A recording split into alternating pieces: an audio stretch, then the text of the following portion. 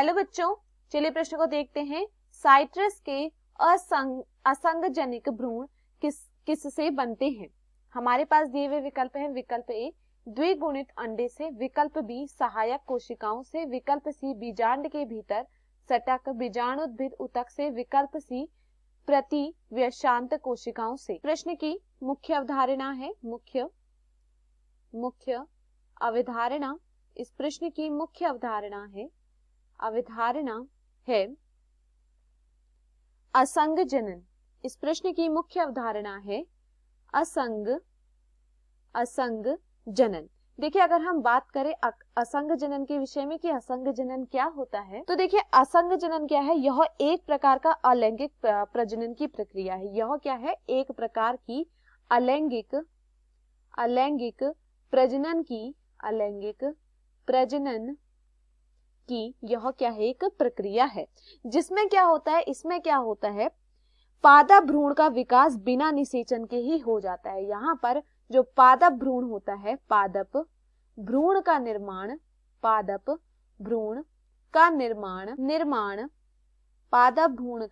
निर्माण बिना निषेचन के ही हो जाता है। बिना निषेचन के होता है। पादप भ्रूण का निर्माण किससे होता है? बिना निषेचन के ही एक पादप भ्रूण यहाँ पर क्या होता है? उत्पन्न होता है या हम के उसका विकास होता है। अब देखिए, यद्यपि यह क्या है? आमतौर पर एक बीज निषेचन का परिणाम होता है। यह किसका परिणाम है? यह क्या है? बीज निषेचन का यह क्या है? परिणाम है। यह बीज निषेचन का परिणाम होता है, परंतु कुछ पादपों में क्या होता है? बिना निषेचन के ही बीज का पैदा करने की क्या होती है? क्षमता होती है। उसी को हम क्या कहते हैं? असंग जनन कहते हैं। देखिए, आमतौर पर यह क्या होता है? बीज निषेचन का परिणाम होता है। आमतौर पर यह किसका परिणाम देखा जाता है?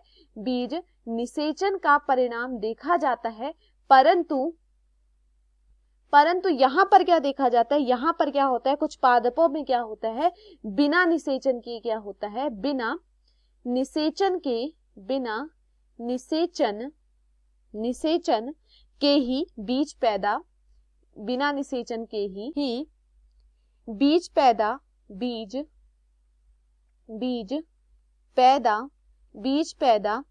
करने की क्षमता होती है। बीज पैदा करने की क्षमता होती है। बीज पैदा करने की क्या होती है? इनके पास क्षमता होती है, और इसी को हम क्या कहते हैं? असंग जनन कहते हैं। अब देखिए, अगर हम बात करें यहाँ पर साइट्रस के पौधे में, तो साइट्रस के पौधे में क्या होता है? असंग जनन द्वारा क्या होता है? भ्रूण का विकास मात्र कोशिका जैसे कि न्यूसिलस, यहाँ पर क्या होता है? जो भ्रूण का विकास होता है, भ्रूण का विकास साइट्रस में जो भ्रूण का विकास होता है वह कहाँ पर होता है? वह विकास जो होता है मात्र कोशिका, किसमें होता है? मात्र कोशिका। अब जैसे कि मात्र कोशिका क्या हो सकती है? मात्र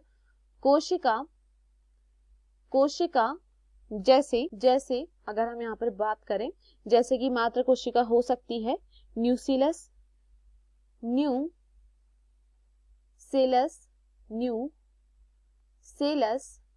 न्यूसिलस तथा बीजांडकाय। इनके द्वारा क्या होता है? बीजांडकाय। देखिए, बीजांडकाय इनके द्वारा क्या होता है? यहाँ पर क्या देखा जाता है? असंग जनन। यहाँ पे असंग जनन साइट्रस के में जब असंग जनन होता है तो यहाँ पर जो भ्रूण होता है, भ्रूण का विकास किसमें होता है? मात्र कोशिका द्वारा होता है। यहाँ पर ये न्यूसिलेस द्वारा या बीजांडकाय द्वारा क्या होता है? यहाँ पर विकास होता है। इस प्रकार क्या होता है? इस प्रकार के जो भ्रूण होते हैं, इस प्रकार के भ्रूण को क्या कहा जाता है? एड्रिडन भ्रूण कहा जाता है। इन्हें क्या कहा जाता है? इन्हें एड्रिड भ्रूण यहाँ पर कहा जाता है। एड्रिड भ्रूण इन्हें कहा जाता है। अब देखिए, प्रश्न में क्या कहा गया है? साइट्रस असंग जनिक भ्रूण किसमें बनते हैं? विकल्प ए दिया गया है द्विगुणित अंडे में, तो यह यहाँ पर गलत होता है। विकल्प बी दिया गया है सहायक कोशिकाओं में, यह भी गलत होता है।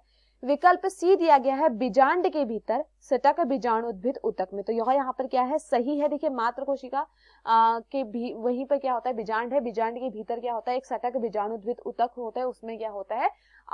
जो साइट्रस होता है उसमें असंग जनन भ्रूण बनते हैं। विकल्प डी दिया गया है प्रति व्यशांत कोशिकाओं में, तो यह भी यहाँ पर गलत होता है। तो दिए हुए विकल्पों में हमारा सही विकल्प होता है विकल्प सी। मैं आशा करती हूँ आपको ये समझ में आया हो। धन्यवाद।